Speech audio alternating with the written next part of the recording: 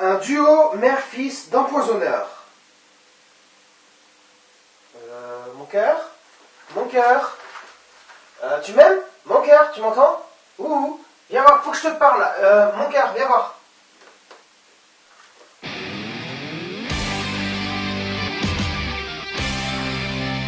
Stop, stop, arrête tout là, arrête tout. Stop, coupe le son.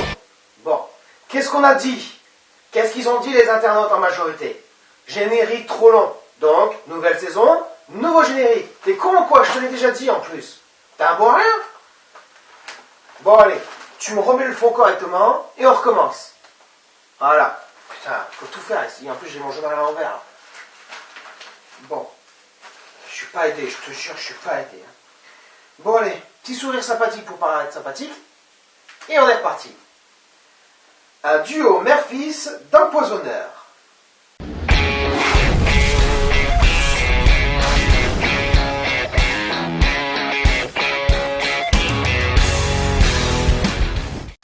Bonjour, une personne d'une soixantaine d'années faisait des malaises répétés sans qu'il y ait aucune explication logique. Hospitalisé, certaines personnes se sont rendues compte qu'il faisait des comas répétés, surtout quand sa femme et son fils étaient dans les parages. Aujourd'hui, ces deux personnes sont en garde à vue car on s'est rendu compte qu'ils injectaient une substance dans son alimentation. Et c'est pas bien d'inventer un nouvel article, hein, j'ai reconnu, c'est un des épisodes du Dr House quand sa femme l'empoisonne avec de l'or. Non, c'est véridique. En fait, ils utilisaient une substance qui s'appelle le tertian, et à haute dose, c'est super mortel. Ils ont retrouvé des flacons vides dans le soutien-gorge de la femme. Et j'aurais bien fait la fouille, moi, tiens. Personnellement, je ne comprends pas comment on peut venir à vouloir tuer une personne. Qu'on ne soit plus compatible ou pas compatible avec une personne, je peux comprendre, on ne peut pas s'entendre avec tout le monde. Mais de là à vouloir tuer, il ne faut pas exagérer. C'est pas si facile, des fois la séparation c'est très compliqué. Je m'attendais pas à ce que tu les défendes quand même. Je les défends pas. Tuer c'est un péché, mais des fois le désespoir fait faire des bêtises. Ah, il en voulait son pognon, c'est tout. Même pas. Il a aucun bien personnel et en plus il est au chômage. Non, son geste est complètement incompréhensible pour l'instant. Le père maltraitait l'enfant?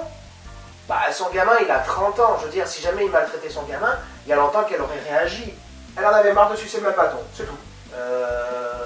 Enfin bref, pour l'instant, son geste est incompréhensif.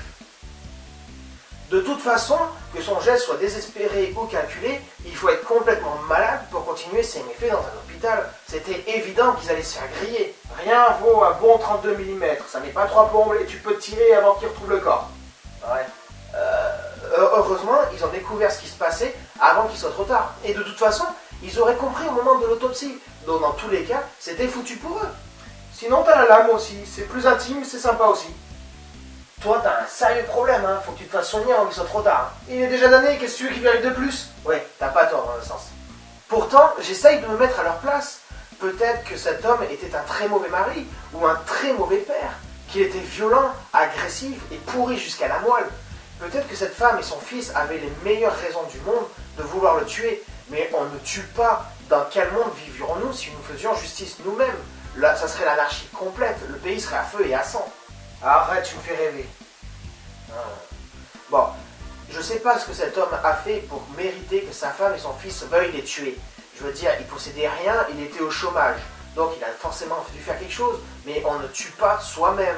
Tout ce que cette femme a réussi à faire, c'est à alimenter les médias, passer pour une meurtrière avec son fils, alors que ça se trouve que ce sont eux les victimes de cet homme. Et ils risquent de finir leur vie en prison. Non, on ne fait pas ça. On ne tue pas, que les raisons soient bonnes ou mauvaises. Amen. Ah, vous me donnez envie de vomir avec vos idées toutes sorties de la petite maison dans la prairie, là. Ouais, peut-être. Mais moi, j'ai pas honte de moi et je peux me regarder dans un miroir le matin. Si toi aussi tu penses que tuer n'est pas la meilleure des solutions, partage cette vidéo sur ta page Facebook, hein, et puis profite-en pour t'abonner à la mienne, il y a l'article en question dessus. Tu peux aussi t'abonner à ma chaîne et laisser tes commentaires, ça me ferait super plaisir. Je vous laisse sur cette pensée, prenez soin de vous et à bientôt, ciao!